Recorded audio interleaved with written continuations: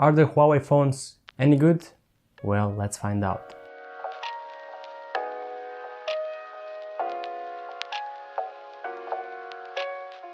So I bring this topic today because I've reviewed already some Huawei phones like the Honor 9, HTC phones, LG phones, Lumias, and in some videos I got questions like, oh, I want to buy a Huawei phone, but are they any good?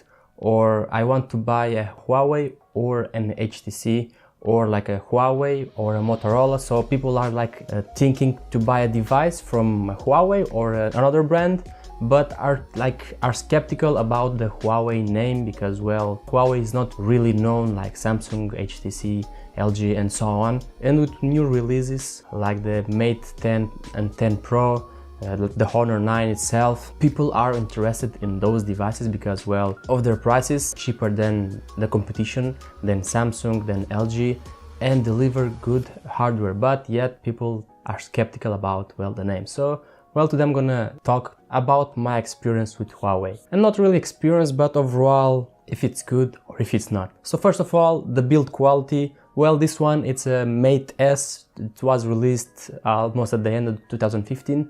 Beginning of 2016. It was a premium device when it was released. It's fully in metal. I love the design of it, even though it's kind of maybe a bit old already, the design, but the display is as well very good. So on the quality part, I have no complaints about it. In the specs as well, when Huawei released their phones, well, this phone when it was released, it had top of the line specs. Today Huawei released the Mate 10 Pro and 10. They have as well top of the line specs, so you shouldn't really bother with the specs because, well, for the prices that you're looking, of course, if you're gonna get a light version of a phone, for example with the Mate 9 and Mate 8, there was like Mate 9 normal and Mate 9 Lite, so the prices of course are lower, the specs as well are a bit lower, but yet they are a better choice than the competition. Let's talk about software. Well, software, here is the part where some might like and some might not. Huawei delivers most of their smartphones with EMY, whatever it's called.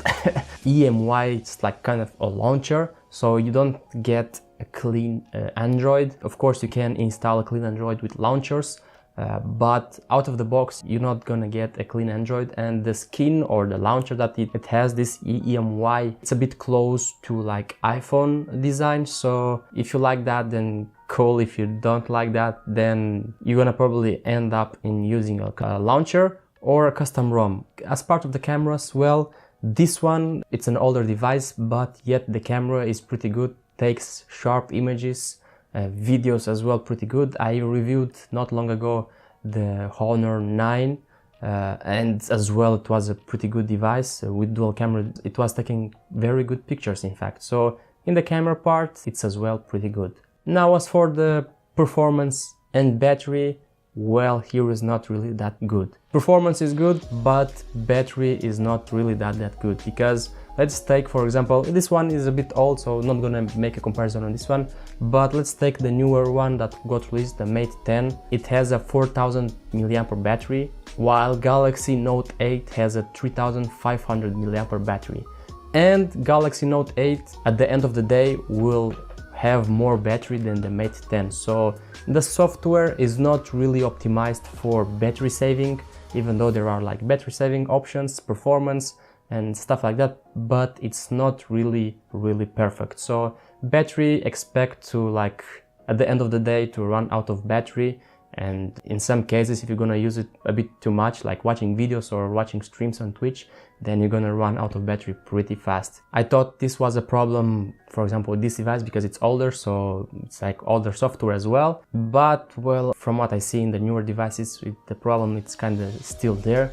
It's maybe not a problem, but, well, this EMUI launcher from Huawei, it might eat more battery than a normal clean Android. And talking about software as well, this EMUI launcher from Huawei, they don't really give a lot of updates to their devices. This device, for example, it got released with Android 5.1 and it received Android 6.0, which is Marshmallow, and, well, it died right there. Of course, the only solution for me now is search for a custom ROM if there is any available, which there is no available custom ROMs with newer Android. Of course there is custom ROMs with Android 6.0, which I already have. There is roots, of course, but there aren't many like developers that make custom ROMs for Huawei devices. Take that in mind as well when you search for a Huawei device.